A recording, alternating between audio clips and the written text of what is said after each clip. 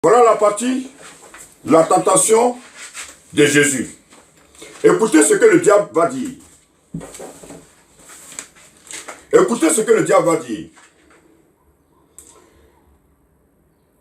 Alors Jésus fut emmené par l'esprit dans le désert. Ce n'est pas l'esprit spirituel de Dieu, hein. C'est l'esprit diabolique. Parce que le diable aussi est esprit. Le diable est esprit, c'est ce que vous ne savez pas. Mais le diable est aussi esprit.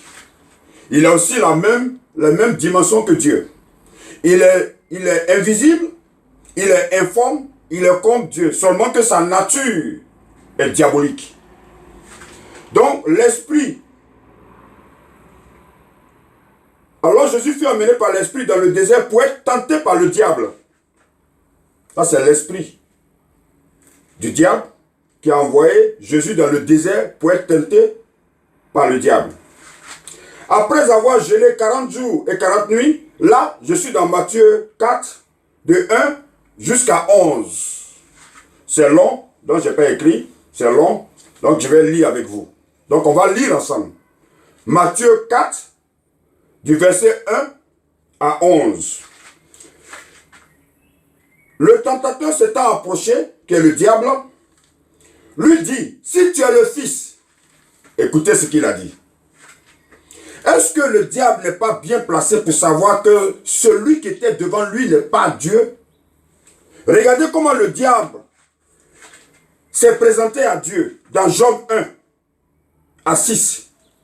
Or, les fils de Dieu vinrent un jour se présenter devant l'Éternel et Satan vint aussi au milieu d'eux. Donc vous ne voyez pas que le diable est bien placé pour connaître Dieu, puisque il a été devant la présence de Dieu déjà. Donc il connaît Dieu. Donc il peut pas faire la distinction. Il peut faire la distinction entre Dieu et le Fils. C'est pourquoi il a clairement dit. C'est pourquoi il a clairement dit.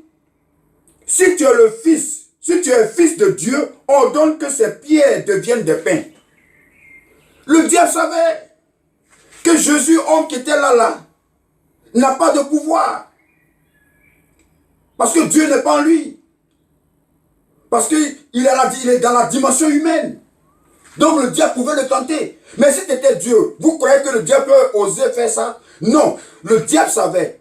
Il est bien placé pour savoir, pour connaître Dieu. Il connaît Dieu. Puisqu'il s'est déjà présenté devant Dieu dans Job 1, 6. Et même quand on continue encore dans Job 1, 7, l'Éternel dit à Satan, d'où viens-tu? Et Satan répondit à l'Éternel de parcourir la terre et de m'y promener.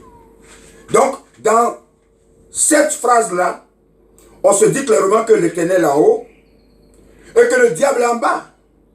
Et que le diable se promène parmi nous. Il est parmi nous. Donc, il sait qui est là. C'est pourquoi il lui a dit, si tu es le Fils de Dieu, ordonne que ces pierres deviennent des pains. Et Jésus, qui est dans la dimension humaine, il lui a répondu, l'homme ne vivra pas de pain seulement, mais de toute parole qui sort de la bouche de Dieu. De Dieu, pas de moi, de Dieu. Il a dit de Dieu, il n'aime pas de... Si c'était lui qui était Dieu, il allait dire de moi, non, de moi. Il n'allait pas dire de Dieu. Puisqu'il sait que Dieu n'est pas là, Dieu est en haut. Et que lui, actuellement, il est dans la dimension humaine. Donc, l'homme ne vivra pas de pain seulement, mais de toute parole qui sort de la bouche de Dieu. Au verset 5, le diable le transporta. Imaginez-vous le diable en train de transporter Dieu. C'est possible ça. Mais le diable, dans la dimension spirituelle, avec la force qu'il a, il peut pousser Jésus, le transporter. Parce que l'esprit est plus fort que la chair. L'esprit est plus fort que la chair. Donc, il peut le transporter dans la ville. Le diable le transporta dans la ville sainte, le plaça. C'est-à-dire qu'il a transporté, il a placé. Il a transporté, puisque l'esprit est plus fort que la chair. Il a transporté et le plaça sur le haut du temple. Et lui dit, si tu es fils de Dieu, il a répété encore, si tu es fils de Dieu, jette-toi en bas, car il est écrit, il donnera des ordres à ses anges à ton sujet. Il donnera, qui donnera? Dieu. Dieu donnera des ordres à ses anges à ton sujet. Et ils te porteront sur les mains, de peur que ton pied ne heurte contre une pierre. Et Jésus est encore toujours dans la dimension humaine qui est le Fils de Dieu et que Satan reconnaît. Jésus lui dit, il est aussi écrit, tu ne tenteras point le Seigneur ton Dieu. Il n'a pas dit tu ne me tenteras point. Il a dit tu ne tenteras point le Seigneur ton Dieu qui est en haut. Donc tu ne le tenteras point. Le diable le transportait encore sur une montagne très élevée. Ça c'est au verset 8. Et lui montra tous les royaumes du monde et leur gloire. Mais nous tous on sait que c'est Dieu qui a créé la terre. Comment le diable peut venir dire à Jésus, à Dieu, qu'il va lui donner lui-même son propre royaume? C'est pas possible. C'est parce que il est dans la dimension humaine. Et il est en train de tenter le Fils de Dieu, qui est dans la dimension humaine. Alors, il lui a dit, je te donnerai toutes ces choses si tu te prosternes. Au verset 9, si tu te prosternes et m'adores. Est-ce que Satan qui allait voir Dieu dans Job 1, 6, et il y a eu la conversation dans Job 1, 7, est-ce qu'il peut dire à Dieu de se prosterner devant lui? Je ne pense pas. Je ne pense pas. Satan ne peut pas oser dire à Dieu de te prosterner devant moi. Non. Pas mon Dieu que je connais là. Peut-être vos dieux.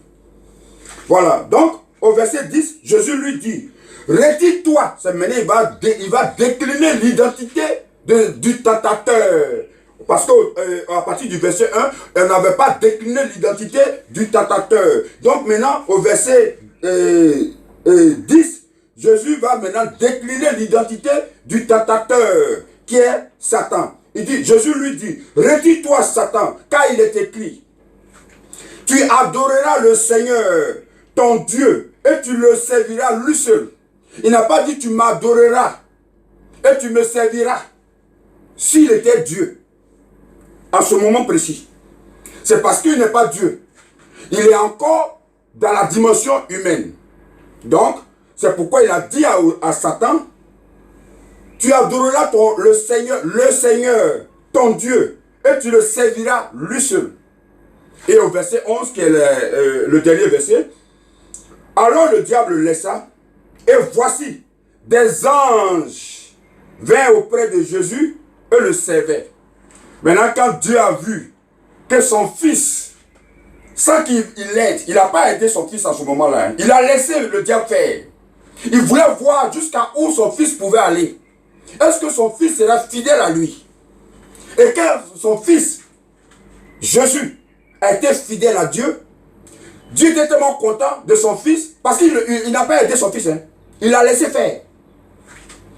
Et il était tellement content qu'il a envoyé les anges auprès de Jésus et le servait. Bon, je crois que c'est le dernier chapitre du jour. On va continuer encore, toujours dans Matthieu, jusqu'à ce qu'on finisse. Donc c'était là la dimension de Jésus, la dimension humaine de Jésus dans le livre de Matthieu. Donc on continue encore à la prochaine vidéo, peut-être demain. Je vous en prie. Que Dieu vous bénisse.